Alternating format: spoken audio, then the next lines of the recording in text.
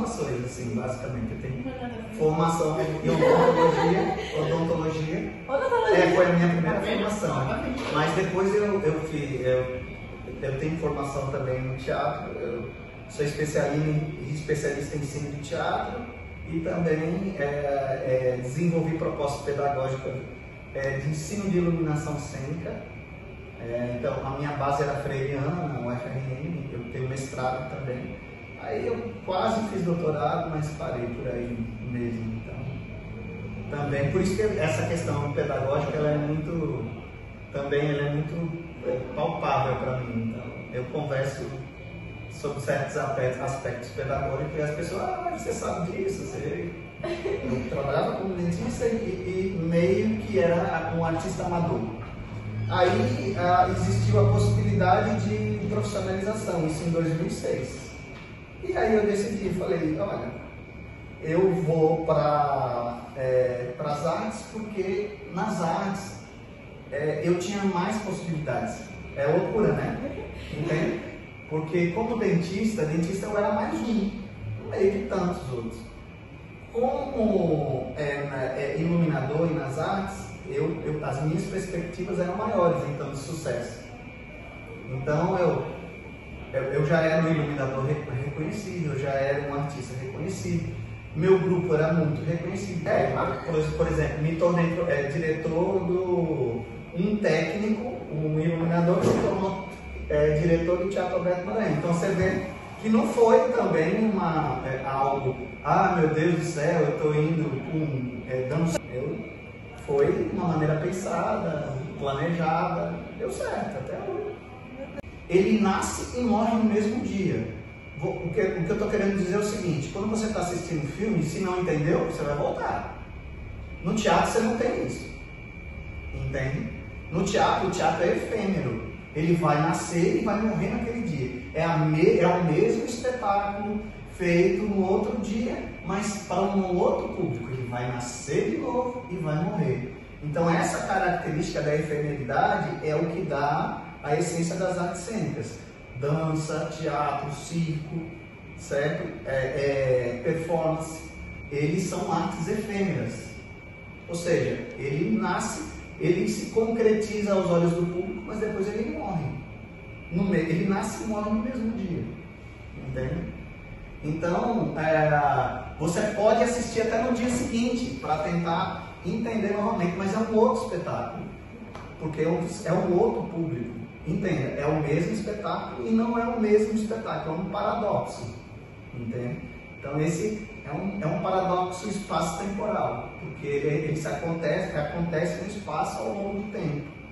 Então, a arte teatral é isso, é essa efemeridade, você precisa de preparação. Então, a formação do espectador ela é importantíssima, porque a formação do espectador ela é crítica por excelência, ela já é crítica, entende? Aí tem muito a ver com Paulo Freire, uma série de questões, entendeu? A formação do espectador é uma ação mais ampla, que envolve a questão da pedagogia, que é uma ação mediada, você faz a mediação com os alunos. Então a formação do espectador é crítica, entende? É diferente da formação de plateia. Quando você forma um espectador, você está formando plateia, aquela pessoa que tem hábito de ir ao teatro. Mas a formação do espectador é aquela pessoa que consegue fazer uma leitura do espetáculo, uma leitura crítica, tirar questões que são importantes para a vida dela, para a vida da sociedade, essas coisas. Então, a nossa proposta de projeto escola para o ano que vem é a formação do espectador. Ou seja, a gente vai articular e vai contratar espetáculos de teatro que vão ter uma ação dentro da escola, no antes de assistir o espetáculo, durante o espetáculo e depois, o pós, né? Então essa ação mediada envolve os professores de arte, né? Então tem a ver com a questão da pedagogia, onde que a gente vai preparar os professores de arte para aquela situação.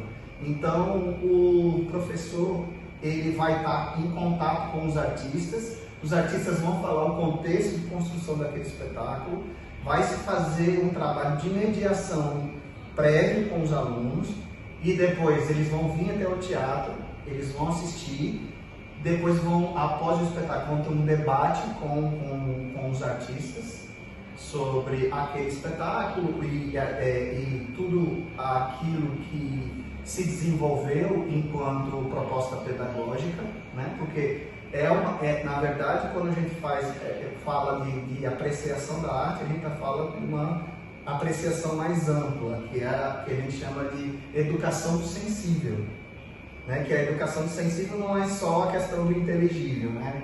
Você trata o ser humano como uma totalidade, né? Então essa mediação do sensível, que você amplia as questões sensoriais, da visão de ver, não necessariamente você está, quer dizer, enxergar, não necessariamente você está vendo. Você só vê aquilo que você entende. É a mesma coisa que você chegar e falar, pegar e mostrar um texto em japonês para você. Você vai enxergar, mas não vai ver, porque ver pressupõe essa mediação de comunicação, né? Essa instauração do processo de comunicacional, que a arte é uma linguagem. Então envolve uma série de outras linguagens, como a iluminação, como a cenografia, como a maquiagem, como a eloquência, o próprio texto. O fato de você não ter a palavra falada não necessariamente é necessário para você ter um entendimento daquilo que se estabelece. Eu já iluminei espetáculos, por exemplo, que só tinha uma única palavra durante o espetáculo inteiro, em uma hora. Entende? Balé de repertório, né? Certo. Então essa linguagem imediata, você entender de que quando você está indo assistir o balé de repertório, tem uma situação, um contexto histórico como que ela foi montada e tudo mais. Então esse processo de mediação é estendido para o depois da apreciação, o que gerou enquanto debate, o que aquilo trouxe para a reflexão das pessoas, porque a arte ela é contestadora, ela é reflexiva, não é só a questão do entretenimento. Então a gente tem uma proposta no ano que vem para a formação do espectador, não de plateia, porque a maioria dos projetos de escolas que a gente tem é de formação de plateia, ou seja, dá acesso ao público, mas não é um acesso imediato. Então as crianças, os jovens vêm para cá, assistem o espetáculo e vão embora, e não tem um trabalho prévio, durante e depois, entende? Então a nossa proposta de projeto de escola para o ano que vem é essa. Não, a relação é a melhor possível, assim, cada um tem o seu gestor, né? Eu sou o gestor daqui e Vani Rose é a gestora da Editan. Primeiro que nós somos muito amigos, eu ilumino a Editan há 23 anos, mas 23 anos, 23, 25 anos, então eu já tinha um processo anterior de parceria com o Vani. Então esse processo ele deu continuidade com a questão da minha posição de gestor. Antigamente a Editan era vinculada ao Teatro Alberto Maranhão, entende? Hoje ela é vinculada a que a gente chama de Centro Educacional Norte Rio Grandense das Artes, SENA. Entendeu? Então tem a fundação, ela é vinculada à educação, então é Secretaria de Educação, Cultura, Esporte, Lazer, não sei o quê. Então a Fundação José Augusto hoje ainda é vinculada à Secretaria de Educação. Dentro da Secretaria de Educação, junto com a Fundação José Augusto, se desenvolveu esse SENA, o Centro Educacional Norte Rio Grandense de Artes. Então lá tem uma proposta pedagógica, que é o ensino, a metodologia de ensino é a Vaganova, que é uma metodologia russa, né?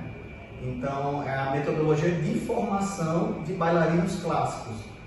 Você precisa passar por 9 anos de formação, são 9 níveis, e formação desde criança até você chegar, vamos dizer, à formatura enquanto bailarino clássico. Então tem uma proposta estruturada de ensino, da metodologia técnica, e é importante dizer que dentro das artes ocidentais, o balé clássico é a única arte decodificada do Ocidente. No Oriente já existem outras artes codificadas. O que eu falo de codificação? Codificação é que existe uma metodologia rígida de o que é o fouetté, o que é o jeté, o que é um chassé. Então existe uma metodologia, inclusive de braço, de perna, de postura, que é codificada. Então o ensino, por meio de uma metodologia dessa, ela é fundamental porque os alunos eles têm um direcionamento dentro da técnica. No nosso caso, é a técnica russa. Existem outras técnicas de balé clássico, como a francesa, a cubana. Então a cubana, ela assimilou esse ensino russo, mas ela adaptou para um contexto cubano, que é inclusive contexto físico, né? Os desafios eles são imensos, assim, porque o teatro ele é um organismo que ele está dentro, ele é interligado a outras questões, que são questões sociais. Então, quando você fala da questão de acessibilidade, então o teatro tem que estar preparado para acessibilidade. Aqui a gente é preparado, por exemplo, para acessibilidade motora. Nós temos plataforma inclinada, aqui tá. Mas, por exemplo, outros tipos de acessibilidade ainda a gente precisa melhorar significativamente. Por exemplo, para surdos, para cegos. E assim, ainda a gente tem placas de braille em situações muito definidas dentro do teatro, porque nos elevadores, né, nos corrimões, você vai ver que tem plaquinha de braille, quer dizer, aqui é o fim. Mas quando a gente vai para a questão do surdo, então aí a gente precisa de uma série de outras tecnologias que a gente ainda não tem de acessibilidade. Então, para tornar o teatro totalmente acessível, então a gente precisa, por exemplo, os cegos também, a gente precisaria de espetáculos que já contemplem audiodescrição, né? Então você precisa ter o equipamento de audiodescrição. Então essa questão da acessibilidade é um dos desafios. O outro desafio muito grande é a questão do transporte público, que na nossa cidade está caótico. Então aqui na Ribeira, por exemplo, chega à noite não tem mais acesso. As pessoas passam poucos ônibus, e a outra questão é a questão da segurança. Nós aqui dentro do TAM nós temos a guarda patrimonial. O TAM internamente é muito seguro, mas quando a pessoa sai na rua, vai caminhando até o ponto, então ela está correndo riscos. Infelizmente, não é muito iluminada a Ribeira. Então esse organismo que está interligado a outros, eles retratam a questão social. Então, em se melhorando as questões sociais e de gerenciamento da cidade, as pessoas tornariam o TAM ainda mais acessível. A outra questão é o preço que se comercializa. O TAM é um teatro que ele é subsidiado pelo Estado, então ele tem como dar a possibilidade de pautas mais cômodas para os espetáculos. Então, aqui, por exemplo, é 1/10 do valor que se paga no Riachuelo, entendeu? Então, é um teatro que tem a possibilidade de oferecer ingressos que são mais baixos. Mas o ideal era a gente ter ainda espetáculos durante o ano que fossem gratuitos, que tivesse acesso. Mesmo assim, quando tem espetáculos gratuitos aqui, quando vai distribuir as senhas, é assim, tipo, coisa de 5, 6 minutos acaba. Entende? Então, realmente não é falta de procura, né? Não, só para você ter uma ideia, assim, a média de público do Teatro Alberto Maranhão, nós temos 600 lugares, estou falando da média. a média anual é 300 pessoas. Ou seja, quando você vem fazer um espetáculo aqui, é muito pouco provável que não dê pelo menos metade da casa. Entende? Existem espetáculos que não tem muito público? Existem, mas eles são muito poucos durante o ano. Então, geralmente, a gente tem pelo menos metade da casa. Então, as pessoas vêm lidar com o tempo, acho que para o Estado, é correr atrás de orçamento para executar a obra, como foi feito, certo? Foi cerca de 13 milhões de reais investidos no Teatro Alberto Maranhão para fazer o processo de restauração. Então, o tempo, eu acho que o tempo para o Estado, ele tem um impacto, mas para o artista era muito maior. Então, esse impacto, ele teve mais na cadeia produtiva da cultura do que propriamente para o Estado, entende? Porque o teatro está fechado e estava se agindo para conseguir recursos para restaurar.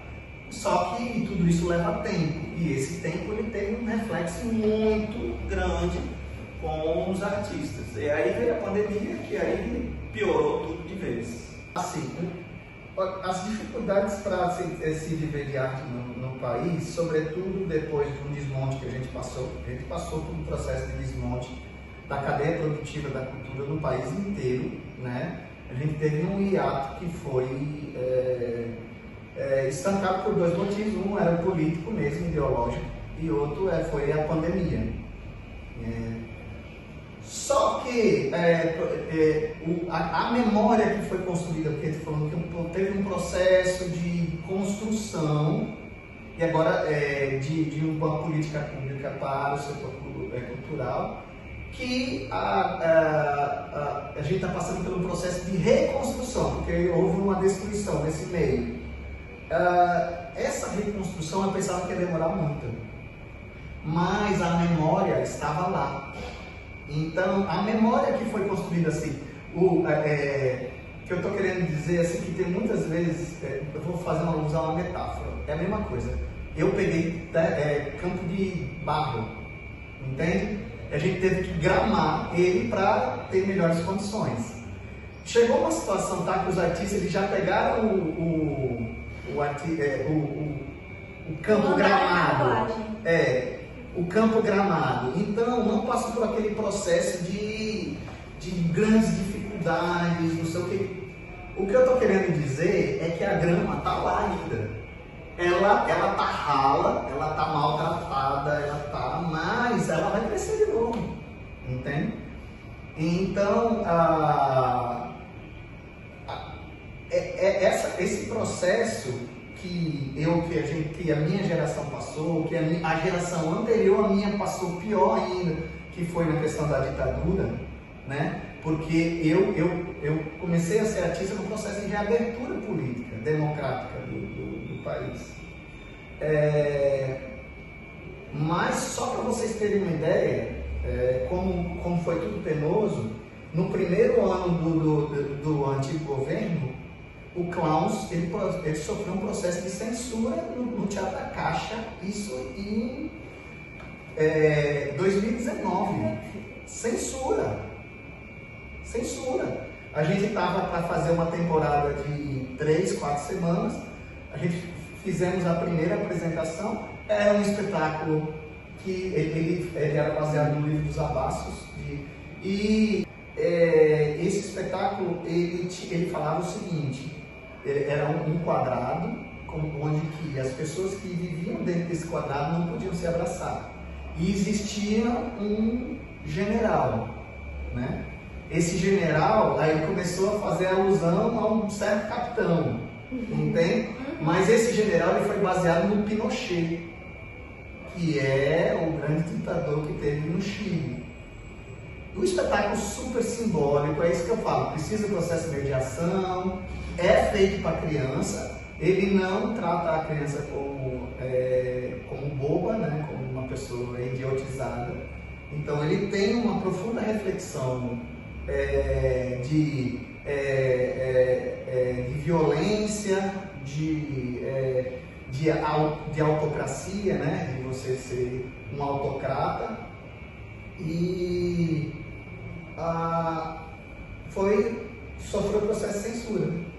Então, de 10 apresentações, teve uma apresentação e logo depois de acabou a apresentação, o pessoal da Caixa Cultural em Recife chegou e falou: não, o espetáculo está cancelado, não teve motivo. Inclusive, a violência que se apresenta no espetáculo é uma violência extremamente simbólica, né? Tipo assim, a morte é uma morte muito bonita, simbólica. Tipo, ele pega uma rosa, bate, entende? Então, essa questão do símbolo, só para vocês terem uma ideia, o Klaus até isso passou, né? Processo de realmente de cerceamento da palavra. Essa questão do ensino, por exemplo, de você fazer um desenho, não sei o quê, isso veio da ditadura. As pessoas pouco sabem disso, certo? Porque é o seguinte, a arte é uma arte, a arte ela vai desenvolver o ser humano crítico, entende? Vai o artista, o espectador, eu já fiz essa diferenciação do espectador, ou seja, plateia e espectador, certo? E veio, por exemplo, as pessoas elas se formavam de maneira ampla nas artes, né? Então, não existiam as formações específicas. Aí depois veio os PCNs. O PCN que aí instituiu que o ensino de arte era um ensino que deveriam ser das artes visuais, né? Do teatro, da dança, da música. Então, na verdade, as escolas elas deveriam ter, em vez esse ensino genérico das artes, que deu nisso, porque eles queriam seres humanos que não fossem críticos. Então, vem aqui que eu vou passar tempo com você. Então, o ensino de arte era mais ou menos isso, né? O professor faltava de matemática, vamos colocar o professor de arte para fazer uns desenhinhos, para fazer a borboleta, né? E isso foi começando extremamente sendo elemento de reflexão no ensino das artes. Veio os PCNs e instalou que o ensino das artes deveria ser feito pelas especificidades. Infelizmente, por exemplo, as escolas particulares elas já têm educação da dança, do teatro, da música, certo? Propriamente dito. Mas assim, no ensino fundamental, por exemplo, no ensino não existe ainda. Então você tem aquele professor que é generalista. Ele é formado na especificidade já. Ele já é formado na especificidade, ele é formado em teatro, ele é formado em dança, ele é formado em artes visuais, mas ele ensina um ensino genérico. Entende? O que eu estou querendo dizer é o seguinte: beleza, você é professor de teatro, você deveria dar aula de teatro. Você vai dar aula de dança? Se tem técnicas que você precisa vivenciar na dança? Você vai ensinar artes visuais? Você vai ensinar um instrumento musical? Aí vai para essa questão do ensino generalista. No meu mestrado, por exemplo, eu ainda vou além ainda, que é a especialização da especialização. Eu provei por uma série de exercícios de que se poderia ensinar iluminação cênica no colégio sem refletor. Uma lanterna, uma pequena escala, entende? Então eu desenvolvi uma série de propostas pedagógicas dentro para o professor estar habilitado a ensinar dentro do teatro, ensinar a iluminação cênica, que é conteúdo específico de teatro, de dança, entende? Então, porque pode ser que surja dentro daqueles alunos uma pessoa que se interesse pela parte técnica, considerada técnica, que na verdade é artística, dentro do ensino de teatro. Então, o ensino de teatro não é só resumido ao ensino para o ator, é para o diretor, para o cenógrafo, para o maquiador. Então, você pegar os alunos, ensinar teatro dentro da sua totalidade, da complexidade que é a linguagem,